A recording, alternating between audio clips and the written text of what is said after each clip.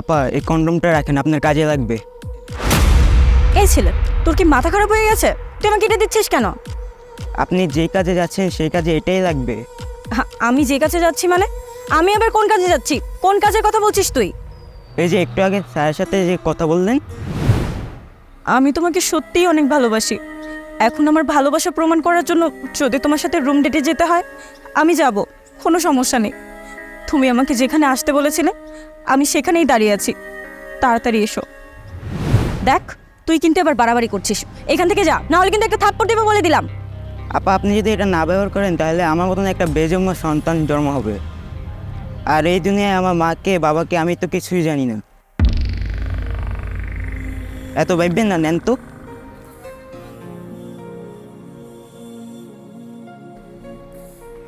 এই যান, আমি এসে গেছি, চলো। আর হ্যাঁ, তোমার জন্য আজকে একটা গুড নিউজ আছে, কারণ আমার বাবা মা আজকে বাসায় আসতে অনেক লেট হবে। আমরা দুজন চুটিয়ে প্রেম করতে পারবো, কি বলো? চলো। দাঁড়াও, আমি তোমার সাথে কোথাও যাব না। হোয়াট? কোথাও যাবে না মানে? তুমি সব কি বলছো? তুমি তো একটু আগেও আমার সাথে যেতে রাজি হলে, এই আধা ঘন্টার মধ্যে কি এমন হয়ে গেল যে তুমি এখন যেতে যাচ্ছ না? মানে বুঝলাম না। আসলে সত্যি বলতে কি জানো, তুমি আমাকে ভালোই বাসো না। তুমি যদি আমাকে ভালোবাসতে তাহলে কখনো তুমি আমাকে এরকম একটা প্রস্তাব দিতে পারতে না। তুমি আমাকে ভালোবাসো না বলেই তুমি আমাকে এরকম একটা প্রস্তাব দিয়েছো। এখন আমি কিছু সময়ের জন্য নিজের সারাটা জীবন তো আর নষ্ট করতে পারি না। এখন তোমার সাথে বেড ডেট করার পর যদি অনাকাঙ্ক্ষিতভাবে আমার সন্তান চলে আসে, তখন আমি কি করব বলো? তুমি কি তখন আমার সেই সন্তানের পরিচয় দিবে? তুমি বলবে সেই সন্তানের বাবা তুমি? কখনোই বলবে না। আর না আমি সেই সন্তানের পরিচয় দিতে পারবো। তখন তোমাকে বাধ্য হয়ে ওই সন্তানটা ডাস্টবিনে ফেলে দিতে হবে। তখন ওর অবস্থা কেমন হবে জানো? ঠিক এই ছেলেটার মতো। এই ছেলেটার মা বাবা নেই, ও রাস্তায় মানুষের লাথি গোতা খেয়ে তারপর বড় হয়েছে। ওকে আদর করার মতো না কেউ নেই। আমার সন্তান যদি এরকম হয়, আমি কি কখনো সেটা সহ্য করতে পারবো? কখনোই না। আর এই ছেলেটা আমাকে কিছুক্ষণ আগে কি বলছিল জানো? বলছিল আমার মা বাবাকে আপনারা কি বলতে পারেন? আরে আমি কিভাবে বলবো ওর মা বাবাকে? এরকম হলে তো আমি আমার নিজের সন্তানের পরিচয় দিতে পারবো না। ওর পরিচয় আমি কি করে দিব?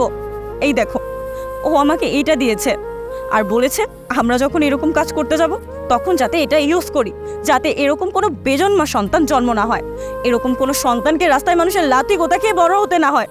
ওর থেকে না আমাদের এই শিক্ষাটা নেওয়া উচিত। আরে বাবা, এসব কি উল্টাপাল্টা কথা বলতেছো? এই সামান্য রাস্তা ছেলে তোমাকে কি বলেছে আর তুমি সেটা বিশ্বাস করে নিয়েছো?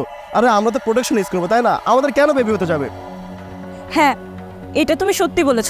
আমরা তো প্রোটেকশন ইউজ করব, আমাদের বেবি কেন হবে? কিন্তু আমার সতীত্ব তো নষ্ট হয়ে যাবে। তখন যদি আমি অন্য কোনো ছেলেকে বিয়ে করি, ও তো বলবে তুই বিয়ের আগে এসব করেছিস, তোর সাথে আমি কেন সংসার করব? তুই এক্ষুনি আমার বাসা থেকে বের হয়ে যা। দেখো, আমি ভালোবাসা প্রমাণ করার জন্য এসব কাজ করতে পারবো না। তুমি যদি আমাকে সত্যি সত্যি ভালোবাসো তাহলে বিয়ে পর্যন্ত অপেক্ষা করো না। বিয়ে পর্যন্ত অপেক্ষা করতে সমস্যা কোথায়? আমি ভালোবাসা প্রমাণ করার জন্য এসব কাজ কখনোই করতে পারবো না। হ্যাঁ মোনা, তুমি একদম সত্যি কথাই বলেছো। আসলে আমি এতদিন ভুলছিলাম। আমি না কখনো এভাবে ভেবে দেখিনি।